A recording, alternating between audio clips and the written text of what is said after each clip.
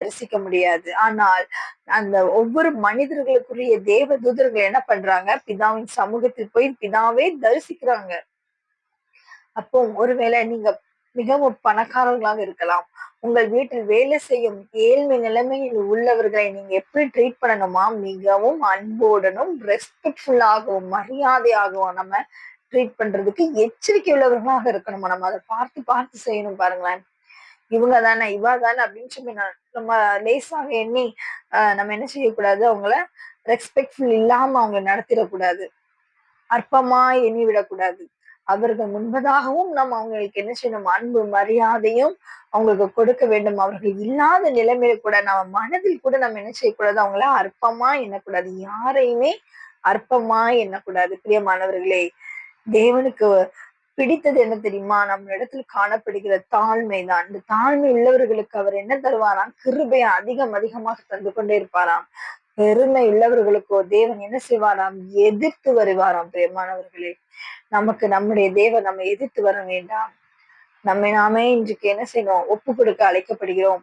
இந்த சிறியரில் ஒருவனுக்கு இடரை உண்டாக்கிறவன் எவனோ அவனுடைய கழுத்தில் எந்திர கல்லை கட்டி அவனை சமுத்திரத்தில் போட வேண்டும் என்று தேவன் கூறுகிறார்.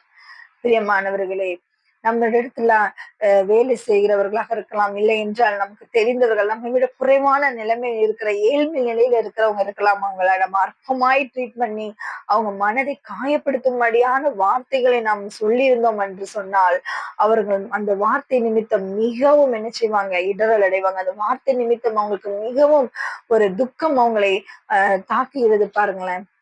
அப்ப அவங்களுக்கும் கடவுளுக்கும் இருக்கிற அந்த ரிலேஷன்ஷிப்ல அவங்க பின்வாங்கி போகிறதுக்கு கூட நாம் காரணமாகி விடலாம் ஒரு விதத்தில். அப்படி நாம் காரணம் ஆகிவிட்டோம் என்று சொன்னால், தேவன் நம்மை பார்த்துதான் சொல்லுகிறார். இந்த சிறியில் ஒருவனுக்கு இடரல் உண்டாக்குகிறவன் எவனோ அவனுடைய கழுத்தில் எந்திரக்கல்லை கட்டி அவனை சமுத்திரத்தின் ஆழத்தில் போடுவது நலம் என்று தேவன் கூறுகிறார். பிரியமானவர்களே, நாம் மற்றவர்களை ட்ரீட் பண்ற விதத்தில் நாம் மிகவும் எச்சரிக்கையா இருக்க அழைக்கப்படுகிறோம். யாராக இருந்தாலும் சரி, மிகவும் அன்புடனும் ரெஸ்பெக்ட்ஃபுல்லாகவும் மற்றவங்களை நம்ம ட்ரீட் பண்றதுக்கு தேவன் நம்மளை அழைக்கிறார். என்னோட கூட சேர்ந்து ஜெபிக்கலாமா? அன்பின் தகப்பனே, நீர் எங்களுக்கு கற்றுக் கொடுத்த அந்த நல்ல வார்த்தைக்காக நன்றி அப்பா. எங்களுடைய சக மனிதர்களை நாங்கள் மிகவும் நேர்த்தியாக, அன்புடனும், ரெஸ்பெக்ட்ஃபுல்லாகவும் நாங்க அவங்களை ட்ரீட் பண்ண எங்களுக்கு உதவி செய்யுங்க இயேசப்பா.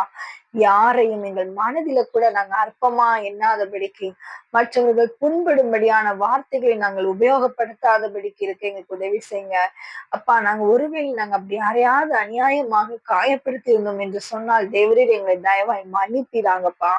எங்களுக்கு சிறிய பிள்ளைய போலான ஒரு